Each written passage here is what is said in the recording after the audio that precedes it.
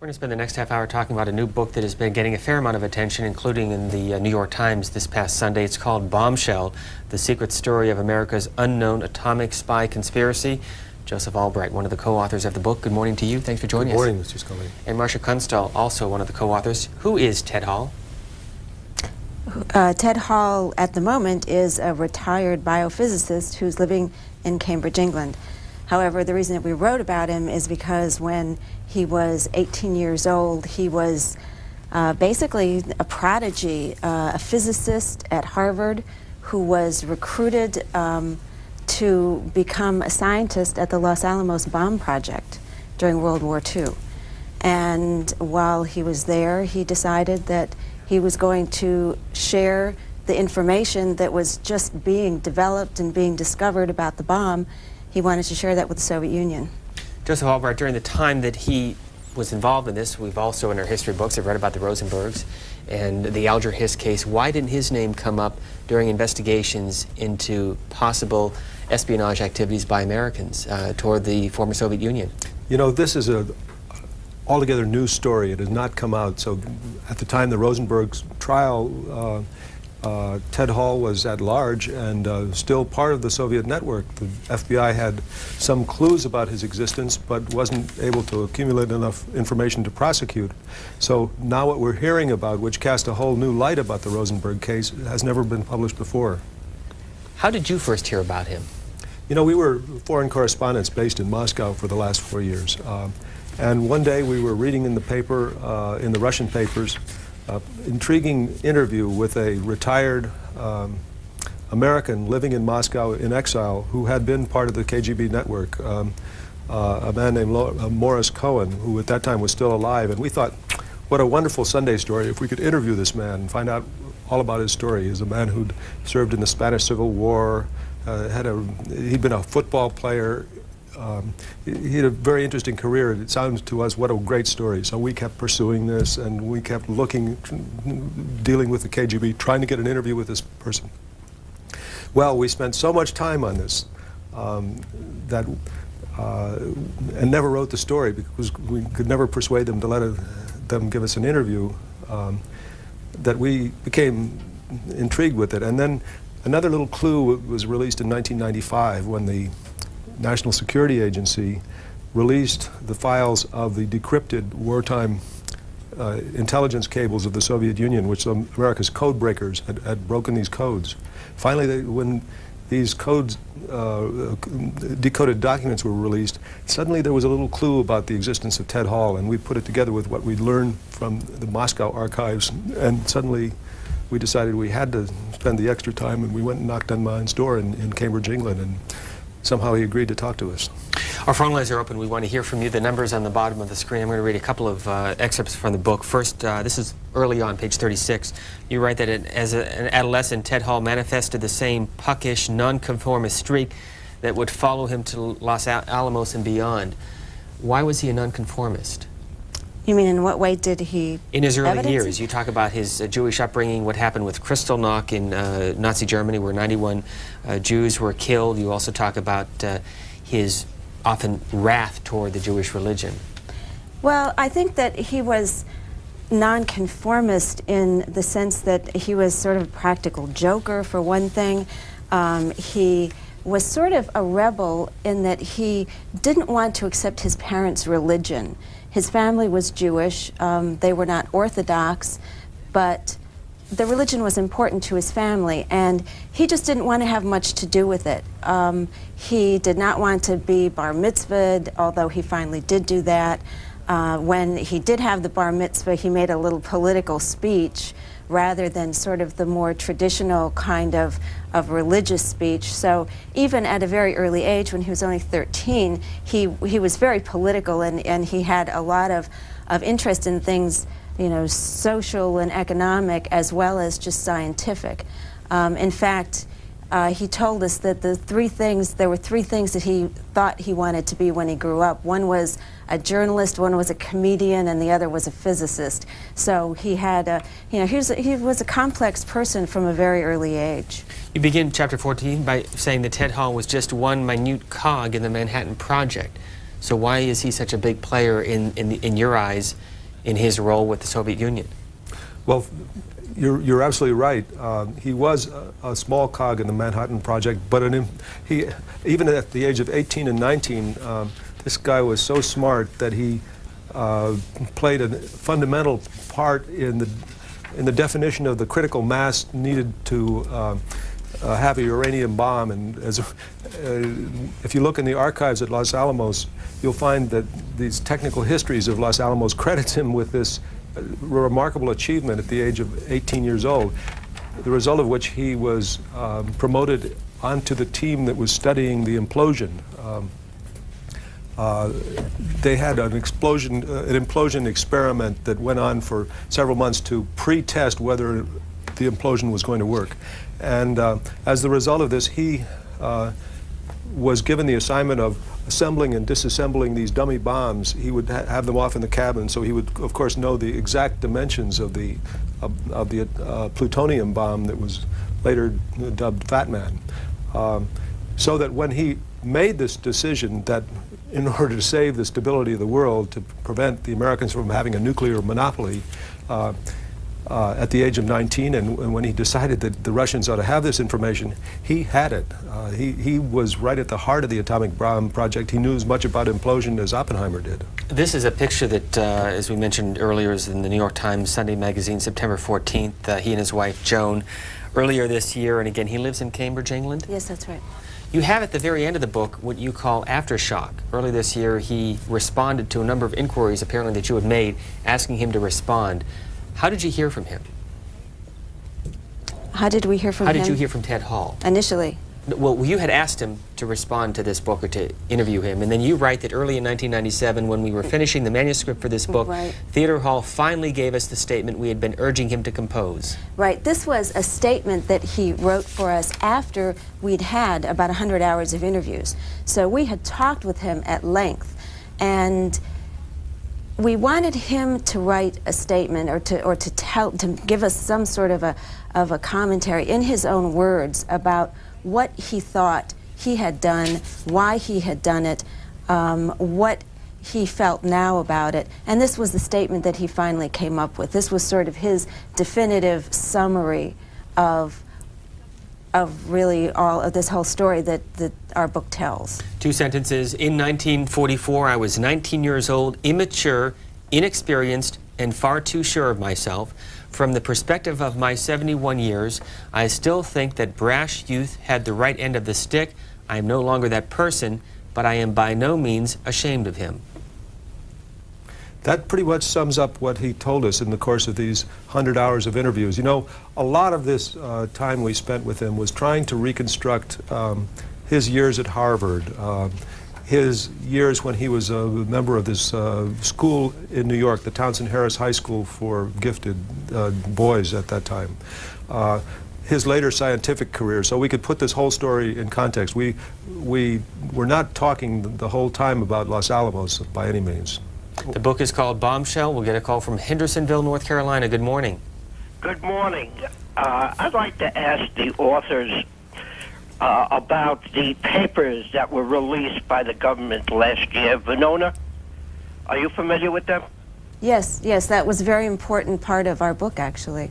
Why has that information not been passed on to the American public? Why is that such a deep secret in these papers, which were strictly decoding of messages that were kept secret for 50 years? Why is that such a secret? Well, our understanding of it is that the American government did not want the Soviet government to know what they knew. You know, when a government develops a code, the government sometimes may use a similar code later, or they may use pieces of it. In this case, the Soviet Union stopped using this particular code, but the Americans hoped that they might still be able to pick up hints of what the Russians were doing by having the code that they did break.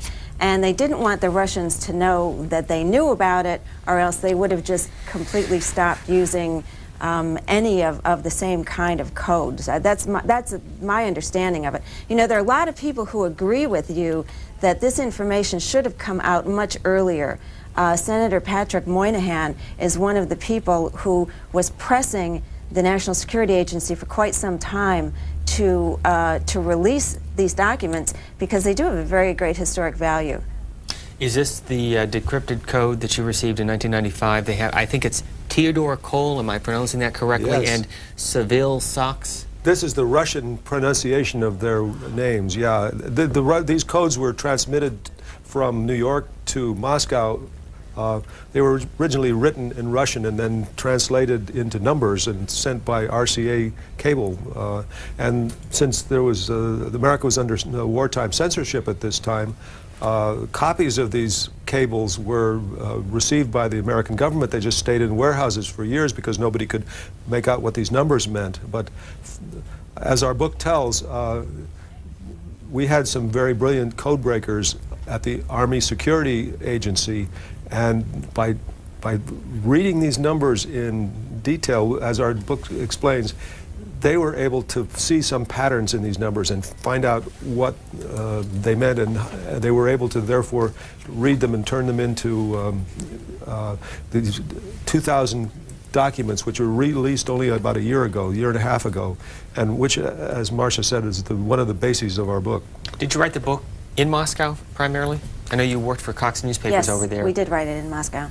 New York City, good morning. Yes, good morning. I wanted to ask the authors, a book was written, I believe, a couple of years ago by a former KGB principal saying that Oppenheimer had shared atomic secrets. Can they shed any light on this? Yes, I think our book does shed some new light on this subject.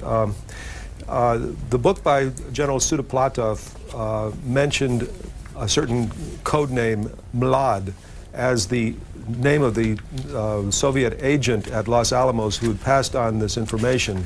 And as our book points out, it was actually Ted Hall who was Mlad. So as we've said in the book, the likelihood is that is lessened that Oppenheimer had anything to do with this. Midway through the book, page 177, you write, for both Ted and Joan Hall, joining the Communist Party was a step past a fail-safe point. This was clearly not the route scientists followed if they expected to be awarded the best jobs at the nation's prestigious institutions. Well, that's certainly our view, that if one wanted to become a part of the scientific establishment at the very highest levels, one wouldn't go and join the Communist Party. However, Ted Hall and his wife Joan felt very strongly about their politics. They really didn't feel it, I think, on an international level as much as on a local level. In their own backyard, they thought it was important to be active in the radical political movements, to be doing things like helping the packing house workers union in Chicago, to be keeping up with the Daily Worker, to be dealing with social issues that were important to them.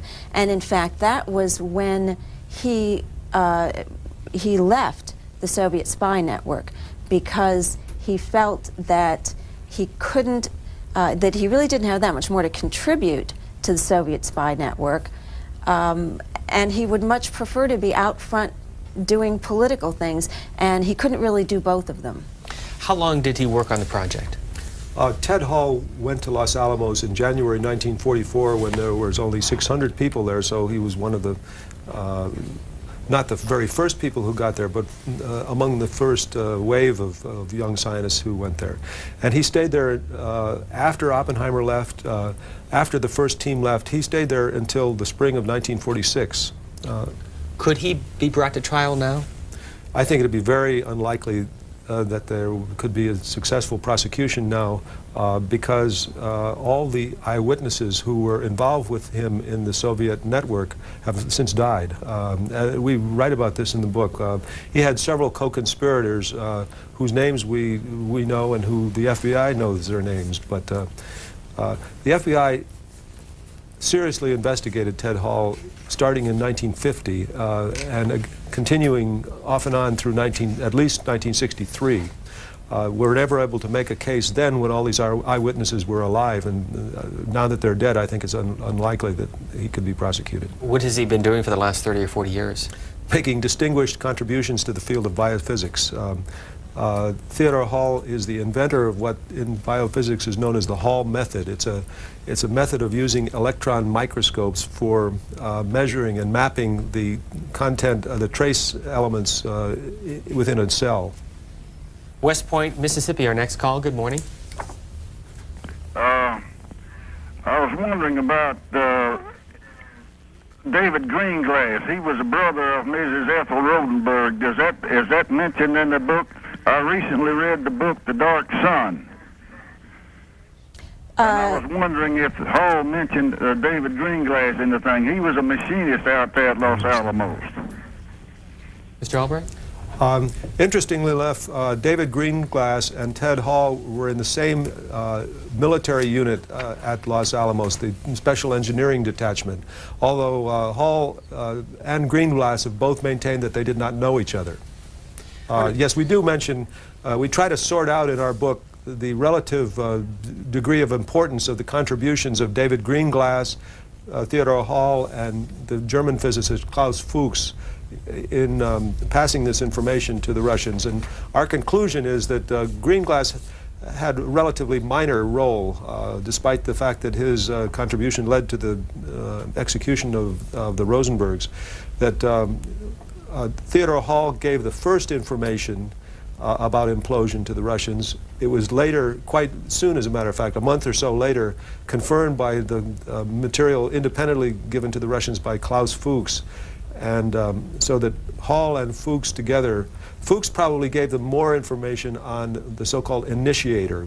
Hall, that's one part of the problem that Hall didn't know about. But together between Hall and Klaus Fuchs, the Russians had what was very important to them, information from two independent sources about the diagram and the description of the bomb. So Beria, who was an extremely paranoid individual, tended to think that every piece of information that the Russians got was disinformation, was able to believe this information because it came from two sources. And even though Russia was completely devastated after World War II, was able to commit billions of dollars to create an atomic project. We should tell you that today, this 23rd of September, is the 48th anniversary of President Truman's announcement, this historic announcement that the Soviet Union had created an atomic explosion. So here, as we're talking today, we're finding a new explanation and light on that historic day 48 years ago when Truman had to announce that the United States had lost its nuclear monopoly much sooner than the CIA thought it would.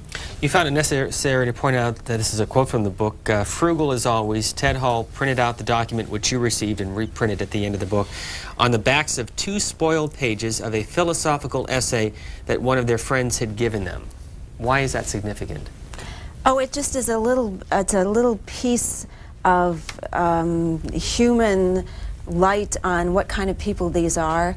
You know, he was a spy 50 years ago, but he lives an everyday life now, and he's not being hounded by the press or the police. He's a real human being, and he and his wife live in their small row house in Cambridge, and they have a nice garden, and they're rather frugal people.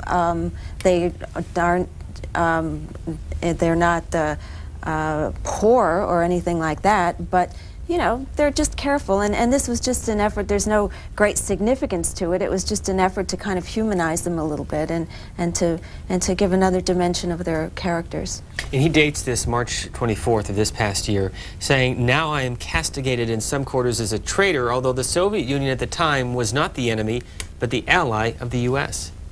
Is that how he views it?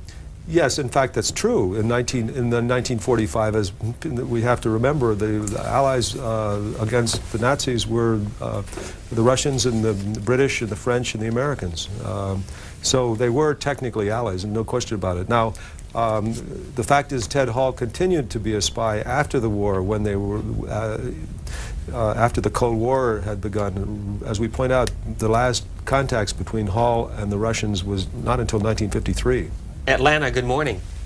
Good morning. I had read an article in my local paper, actually almost a whole page, about this man last week, and I tore it out and shared it with my husband last night. Just to put this in layman's terms, this man was a traitor, and it is a pity that he was not kept in this country and tried and executed, because he is responsible for American young men losing their lives in various military missions that we were involved in because the Russians had this information. And I'd like to just put that in layman's terms. Instead of humanizing him, I'd like to demonize him. But I do thank you for writing the book. Thanks for calling. Well, actually, we tried not to make judgments about what he had done. We tried to present as fair and as complete a case as we could present. And really, we're trying to leave it up to people like you to make your own decisions about what Ted Hall was and about what he did. We by no means approve what happened and what he did, but I think you have to be a little bit careful when you're talking about words like traitor and treason, because, you know, there are very specific definitions, and the crime of treason is committed when someone aids and abets an enemy during time of war. Did he go to the Soviets, or did they come to him? Ted Hall made his own decision to approach the Soviets. While he was on a furlough in New York, he decided that he would go and knock on the door of the Soviet trade agency Amtorg, and that's what he did. He and his, with the help of his Harvard roommate, set up their own network. He makes the point that nobody recruited him, that he made this own decision, that he made the intellectual steps necessary to decide that the world's power balance had to be shifted by a boy of 19, and he did it. Chicago, good morning. Morning. My observation is, and it always seems that these super intellectuals always can justify turning over things, and especially with him, millions of people that were killed, and the country went for 70 years and wound up in the ditch practically with nothing. I'm always interested in how these guys can justify in their mind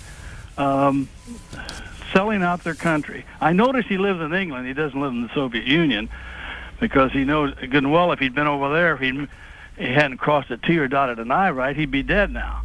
But that's just my observation. It seems that when I have things I watch at C-SPAN, which I truly think you guys are probably the best thing on TV, but anyhow, I've just always noticed it seems like that type of people can always justify in their minds, and I don't know whether they talk to him about this or not, but that's just my observation. Thanks again. Well, thanks for calling. Did you want to respond? Yeah, I think you're absolutely right. People do justify in their own minds what they do.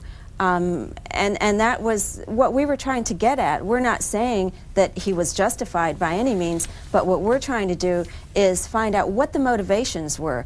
How does he explain it?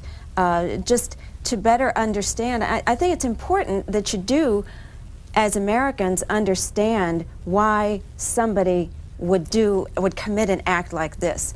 When he did this, there were more than 100 people who were in some way cooperating with the Soviet intelligence agencies, and this information is now has come out in these National Security Agency decrypts, and I think it's very important. And the Deputy Chief of the National Security Agency, Mr. Crowell, said exactly the same thing, that when we release these, let's give the historians some time to look at it and to see what can we learn from it. And I think this is one thing that is very important for us to do, is to try to learn why would someone do something like this, because if you don't know that, you can't prevent it from happening again. Grew up in Ohio and formerly the bureau chief for Cox newspapers in Moscow. Right. Joe was my bureau. And Joseph Albright, native of Chicago and also with Cox newspapers, and before that the Chicago Sun-Times. Before I let you go, the Reliable Source this morning has a picture of the two of you and two things that you'll learn. First of all, the former husband of Secretary of State Madeleine Albright. Did she help you with the book? Has she read the book? She may have read the book. She's certainly aware of the book. We've talked about it, but I didn't tell her that we were working on it until the book was done. And also, the article points out that this is now being turned into a movie? Yes, well, it's very exciting. It's been optioned by a production company. That does not necessarily mean it will turn into a movie, but they've got this fabulous young star, Leonardo DiCaprio, who has agreed to play the role of Theodore Hall, so we're very excited about that. We hope it happens. What's your next project? Well, next project remains to be seen. That's top secret.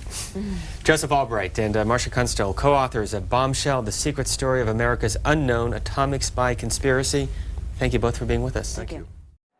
He has accessed divine information before the cross. What makes what Peter said powerful is that Peter knew who Jesus was before Jesus went to the cross. Jesus says, flesh and blood have not revealed this unto you, but my Father which is in heaven. Peter was communicating with the Father before the cross. This is the potter's touch. Brothers and sisters, what a joy, what a delight it is to be highly favored of God, to share the word of the Lord with you, and to have an opportunity to come into your home with the infallible, immutable, everlasting, eternal word of God. Our series that we've been sharing both last week and now is The View from the Top. This week, I want you to hear this message and allow it to come into your heart. It is the secret to elevation. Watch this. It's going to bless your life. Don't judge me yet, because I'm still spinning. I'm still spinning. I'm still spinning. I'm still spinning. I'm still spinning. I'm still coming out of my grave clothes. I'm still wrestling with where I came from. I'm still becoming what he called me to. Is there anybody in here still spinning? Just spinning. I'm 40 and I'm spinning.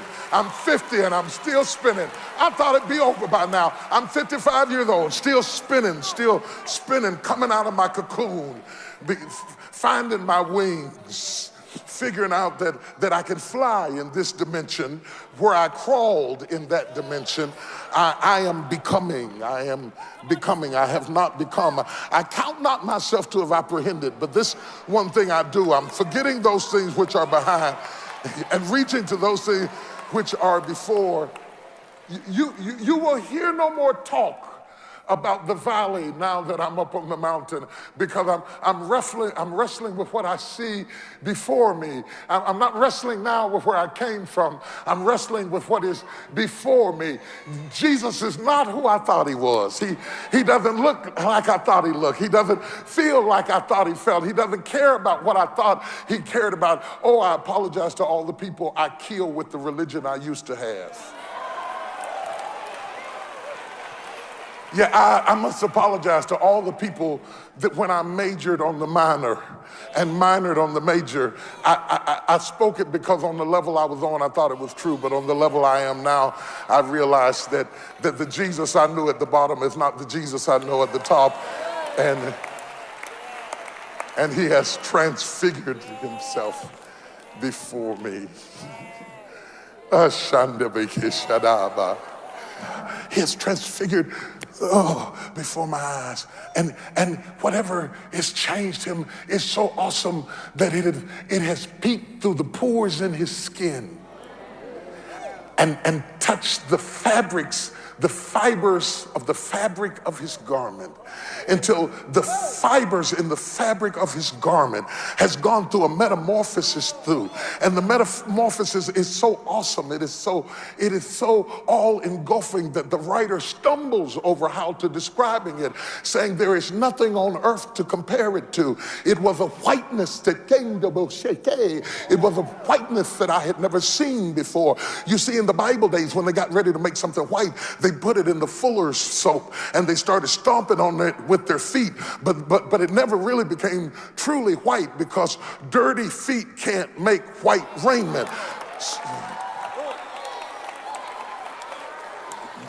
So all of our earthly righteousness is as filthy rags in his sight. We made it better than it was, but we couldn't make it not this white, not this white. I've never seen a white like this white. He said there's never been a white, not this kind of white.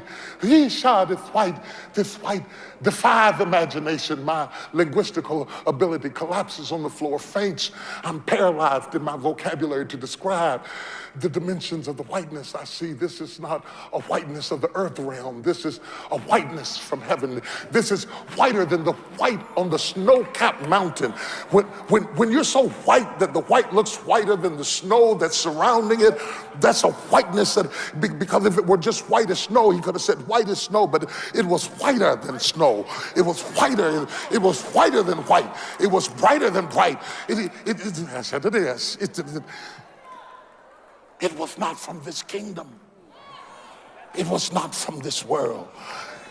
The writer collapsed and said, I have never seen a whiteness like this white in all the world. And he says it about a snow-capped mountain. And the clothes Jesus wore was whiter than the white-capped mountains of the mountain he stood on.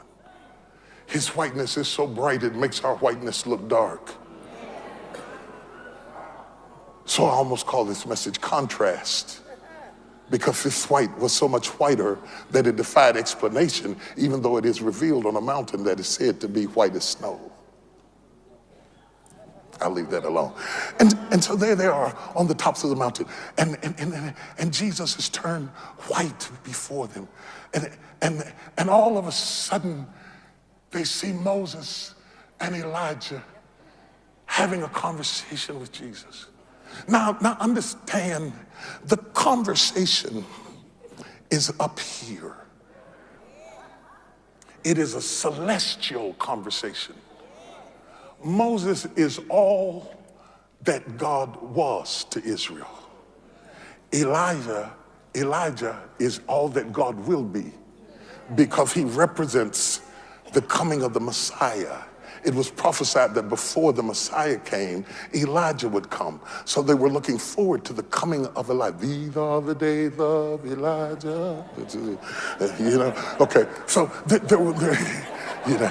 I just thought that was a good place just to throw that in, It just popped up in my head.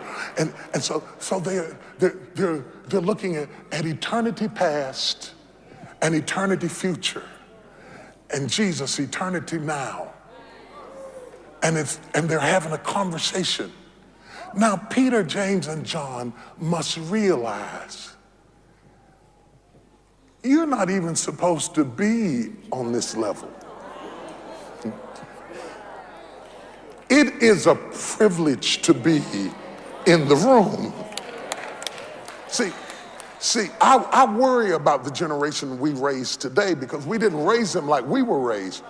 We were raised that if your parents were in a conversation, you shut your mouth. We didn't raise our kids like that. They got an opinion about everything and they will say it to anybody. But my mother would greet your lips with the back end of her right hand in the middle of a sentence, and it would be like a holy kiss that reverberated all the way down your throat. Your tonsils would say amen. She would slap you until your liver started to quiver if you commented in grown folks' conversation.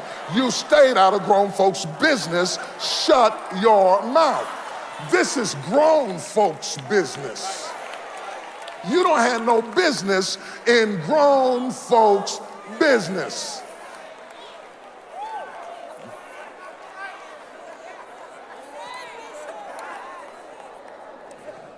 So the conversation is grown folks' business.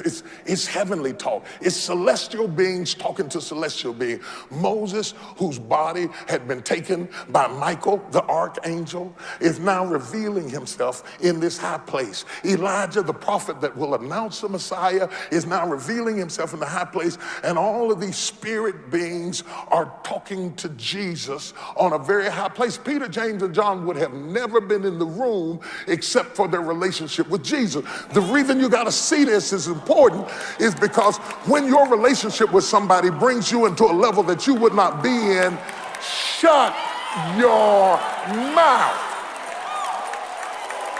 Come on, baby. Come on. Come on. I want you to tweet this. I want you to tell everybody that when your relationship takes you into a level that you would not have otherwise been, shut your mouth. You do not get in grown folks' business. Keep your mouth shut. You haven't earned your stripes. You haven't paid the price. These guys have been dead and resurrected from the dead. The other one's been caught up in a chariot. You haven't been through enough to have an opinion. Shut up. You are there only to catch a glimpse of where you're going. It's a privilege to be in the room. Stay quiet. You don't understand the level that this conversation is on. Keep your mouth shut. Now, Elijah and Moses are talking. I'm going to bypass the fact that the second miracle is that Peter and them recognized him. I don't even have time to deal with that. I don't even have time to deal with the fact that Peter, James, and John had to have a certain degree of revelation to even identify who it was, seeing as they had never met them. I don't have time to talk about that. So I'll bypass that and go into the fact that there they are, and they're privileged to overhear a conversation that they should have been in such awe of that they didn't interrupt it. And here comes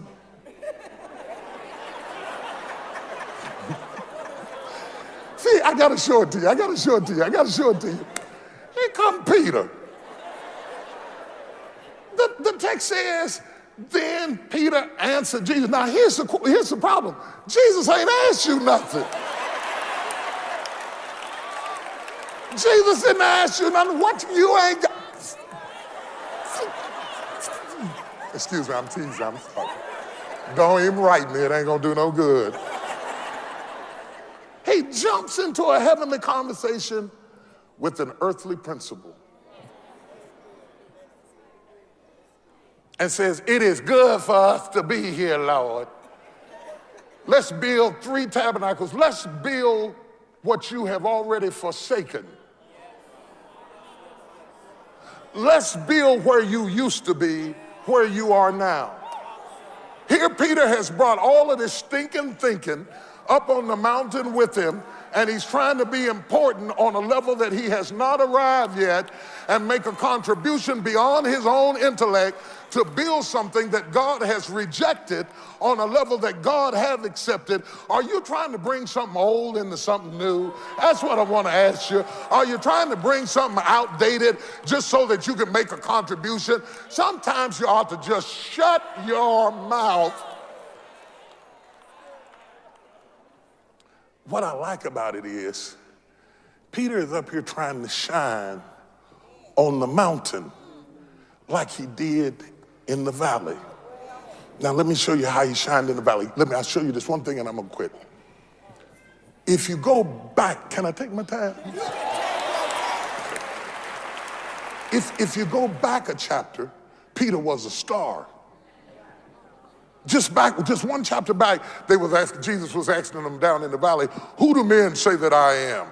And they said, some say that thou art Elias, and some say that thou art Jeremiah, and some say that thou art a prophet come back from the dead. Then he says, who do you say that I am? The 11 of them said nothing. Peter says, thou art the Christ, the Son of the true and living God. And he was right. Jesus says to Peter, flesh and blood have not revealed this unto you, but my Father which is in heaven. And upon this rock I will build my church, and the gates of hell shall not prevail against it. I'm just fast tracking it a little bit. You must understand that in the valley, Peter is a star because he has revealed who Jesus was on his level in a way that is way beyond his peers. He has accessed divine information before the cross. What makes what Peter said powerful is that Peter knew who Jesus was before Jesus went to the cross. Jesus says, flesh and blood have not revealed this unto you, but my Father which is in heaven. Peter was communicating with the Father before the cross. Peter was bad on that level. But then Jesus takes him up to a higher level. And now the guy who was wise on the floor is a fool on the mountain.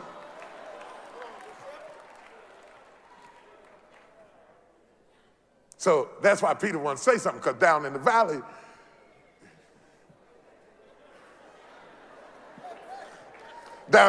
he was important, you know. So he got up and said, yeah, Lord, you know, like I said down there in the valley. You remember what I said down there in the valley? Still to come on The Potter's Touch. He said, what I showed you is not for valley people.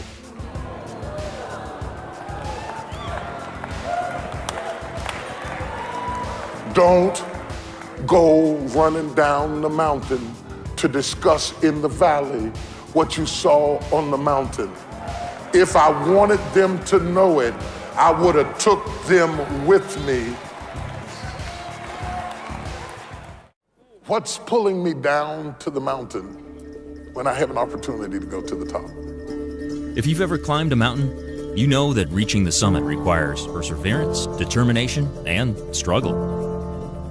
In your journey with Christ, He's often pushing you to a new and sometimes uncomfortable place. But there's always purpose in the pain.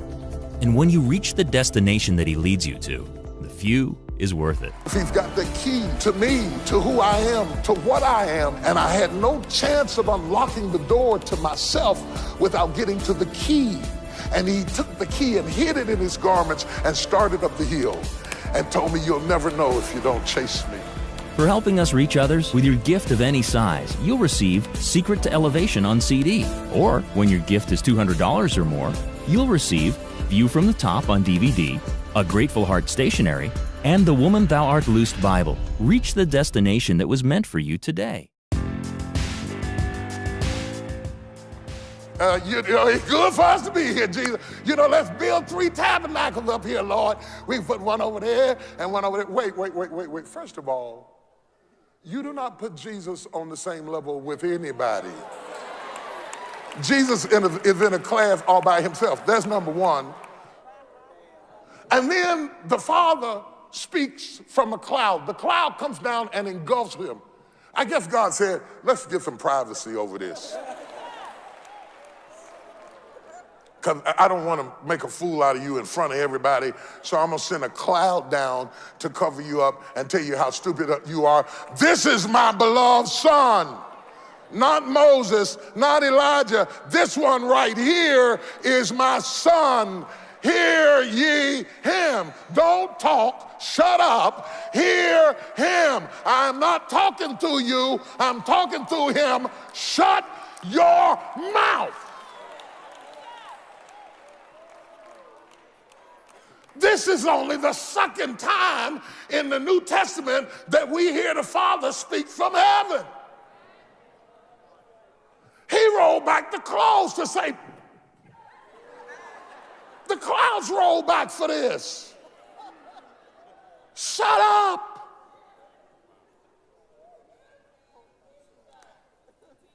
This is my beloved Son.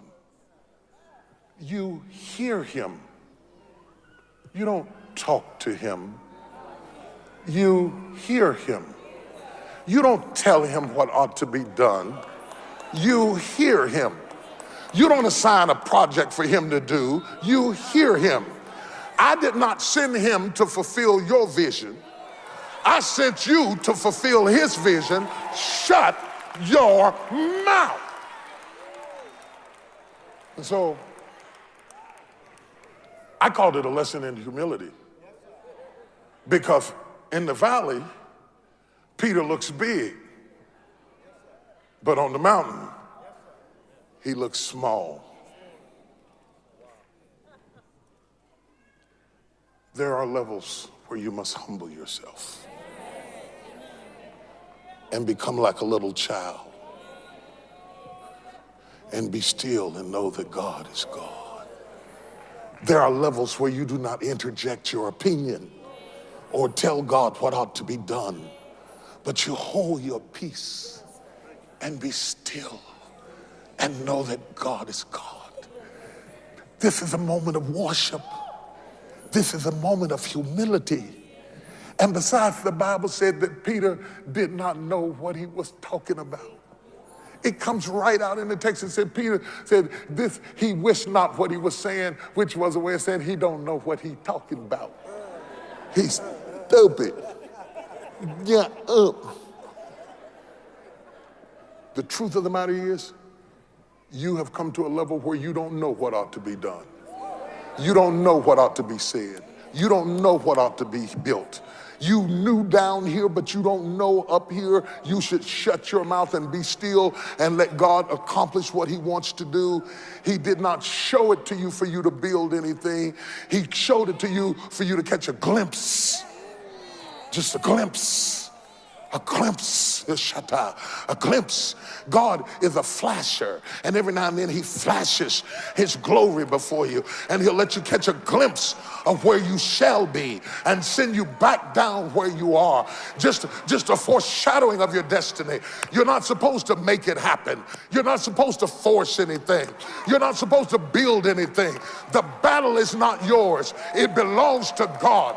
Whatever God showed you, hey! Whatever God showed you, he will bring it to pass. You don't start laying block. You don't start building footers. Shut up and let God just flash his glory before. I don't know who I'm preaching to today, but I'm talking to somebody who is trying to carry the load of building something on another level. You don't have to build nothing on that level. This is God's doing. He's going to be your Alpha. He's going to be your Omega. He's going to be your beginning. He's going to be your ending. And all you have to do is be still and know that he is God.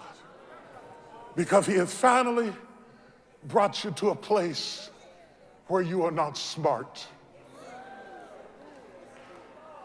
He has finally brought you to a place where you are not smart. He's brought you to a place where you don't know what to do. He's brought you to a place of humility. He's brought you to a place of submission. He's brought you to a place where you begin to recognize that your thoughts are not his thoughts, your ways are not his ways, your ideas are not his ideas. You don't have a contribution to make. Shut up. And when the cloud lifted, they saw Jesus only. When the cloud moves, you will see Jesus only. Everything you saw around him will move. And worship begins when you see Jesus only. And they saw him. And they saw him. He who spat out the seven seas. He who clapped his hands and the thunder roared. He who created the lightning to flash. He who held the earth in the palms of his hands. He who formed the mountains and the low valleys. They saw him. They saw him in his splendiferous grace. They saw him in the wonder of his essence. They saw him in the power of his divinity. And then God said, shh. When you get down off this mountain, don't you say nothing. What goes on in this house stays in this house. He said, what I showed you is not for valley people.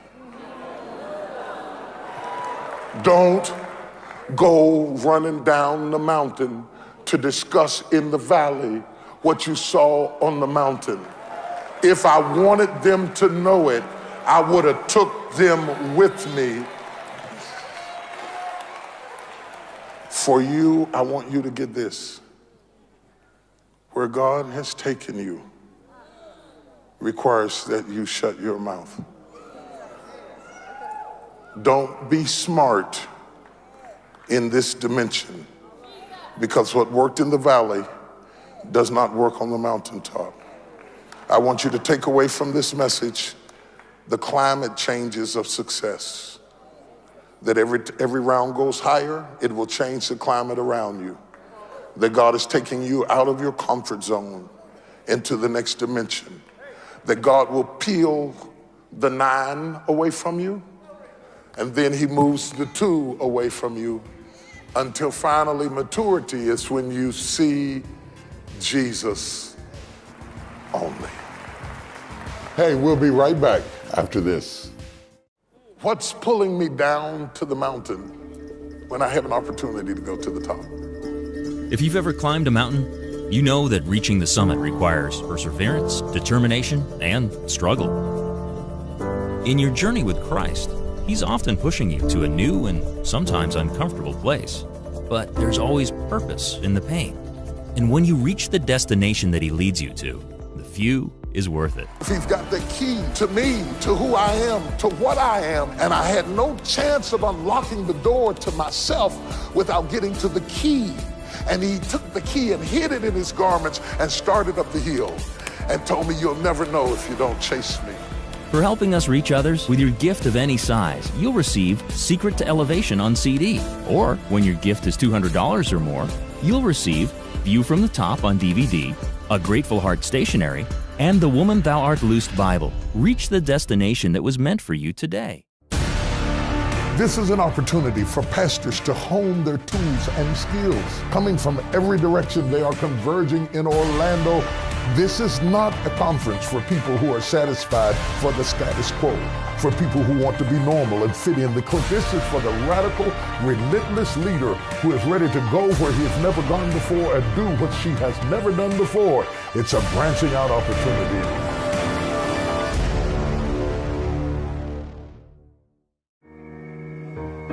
The story of Black Nativity is based on the written play by Langston Hughes. It's about an inner city 16-year-old boy. You know, grew up without a father, just his mother in the house. So he's been trying to be the man of the house his whole life. Hey, Ma, what's wrong?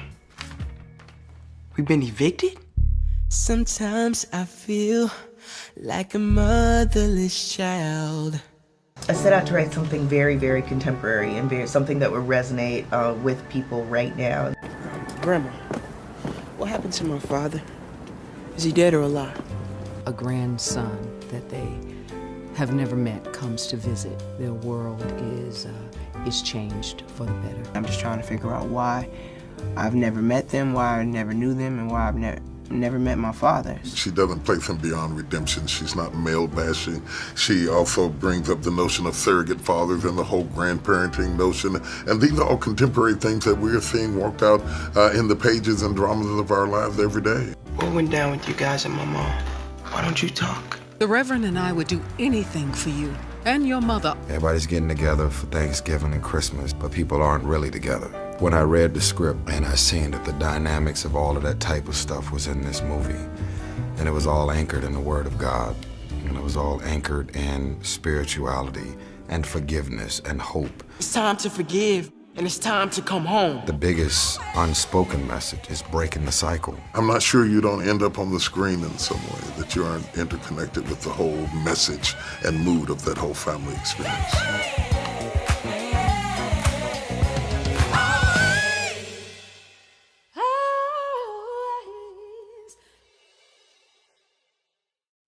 Get up close with TD Jakes Ministries at tdjakes.org. Connect with us anywhere, at any time.